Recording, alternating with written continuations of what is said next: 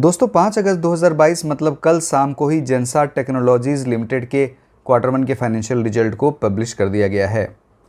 तो चलिए हम लोग इस रिजल्ट को एनालाइज करते हैं और जानने की कोशिश करते हैं कि इस शेयर का क्या होगा। ये इस कंपनी का कॉन्सोलिडेटेड फाइनेंशियल रिजल्ट है और यहाँ सारे फिगर मिलियन में बताए गए हैं।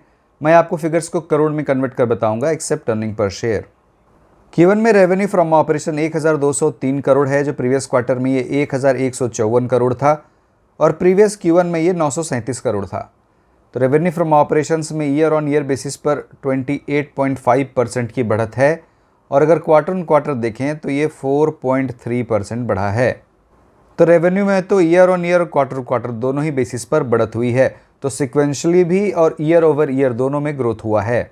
Q1 में टोटल इनकम 1224 करोड़ 70 लाख है, जो प्रीवियस क्वार्टर में ये 1226 करोड़ 10 लाख था और प्रीवियस Q1 में ये 955 करोड़ 20 लाख था। टोटल इनकम में ईयर ऑन ईयर बेसिस पर 28% की बढ़त है, लेकिन अगर क्वार्टर ऑन क्वार्टर बेसिस पर देखें तो ये 0.1% गिरा है, इसमें थोड़ी सी ही गिरावट है। Q1 में प्रॉफिट बिफोर टैक्स 102 करोड़ है, जो प्रीवियस क्वार्टर में ये 179 करोड़ 60 लाख था और प्रीवियस Q1 में ये 139 करोड़ 50 लाख था। तो प्रॉफिट बिफोर टैक्स में ईयर ऑन ईयर बेसिस पर 27% की कमी हुई है और अगर क्वार्टर ऑन क्वार्टर बेसिस पर देखें तो ये 43% गिरा है। Q1 में नेट प्रॉफिट या profit after tax 75 crore 10 lakh है, जो प्रीवियस क्वार्टर में 130 करोड़ 80 लाख था और प्रीवियस Q1 में ये 102 करोड़ 60 लाख था।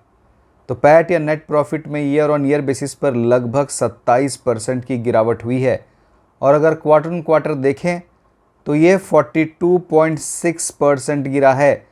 तो पैट में ईयर ऑन ईयर और क्वार्टर ऑन क्वार्टर दोनों ही बेसिस पर अच्छी खासी गिरावट हो गई है। Q1 में डाइल्यूटेड अर्निंग पर शेयर 3 रुपये 29 पैसे है, जो प्रीवियस क्वार्टर में 5 रुपये 70 पैसे था और प्रीवियस Q1 में ये 4 रुपये 44 पैसे था।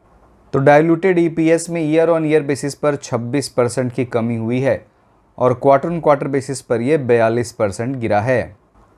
Q1 में कॉन्सोलिडेटेड EBITDA मतलब earning before interest tax depreciation and amortisation 136 crore है, जो प्रीवियस क्वार्टर में ये 164 करोड़ था और प्रीवियस Q1 में ये 173 करोड़ था।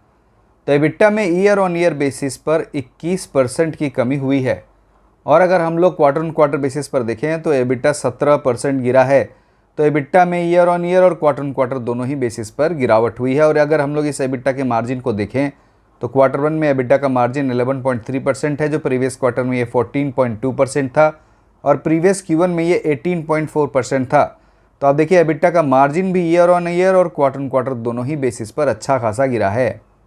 Q1 में कॉन्सोलिडेटेड EBIT मतलब earning before interest and tax 87 crore है, जो प्रीवियस क्वार्टर में ये 116 करोड़ था और प्रीवियस ईयर के Q1 में ये 130 करोड़ था। तो EBIT में ईयर ऑन ईयर बेसिस पर 33% की गिरावट हुई है और अगर क्वार्टर ऑन क्वार्टर देखें तो ये 25% गिरा है। तो EBIT में भी सिक्वेंशियल और ईयर ऑन ईयर दोनों ही डिग्रोथ ही हुआ है, इसमें कोई ग्रोथ नहीं हुआ है। कंपनी को अच्छे रेवेन्यू के साथ अच्छा प्रॉफिट भी जनरेट करना होता है, तभी शेयर होल्डर्स का कॉन्फिडेंस बढ़ता है और मार्केट का सेंटिमेंट्स भी उस कंपनी के लिए पॉजिटिव हो जाता है।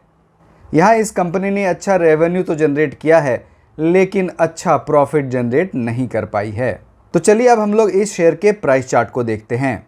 दोस्तों ये जेनसार टेक्नोलॉजीज़ का डेली प्राइस चार्ट है और इस शेयर के कल का क्लोजिंग का प्राइस 247 रुपये 45 पैसे है।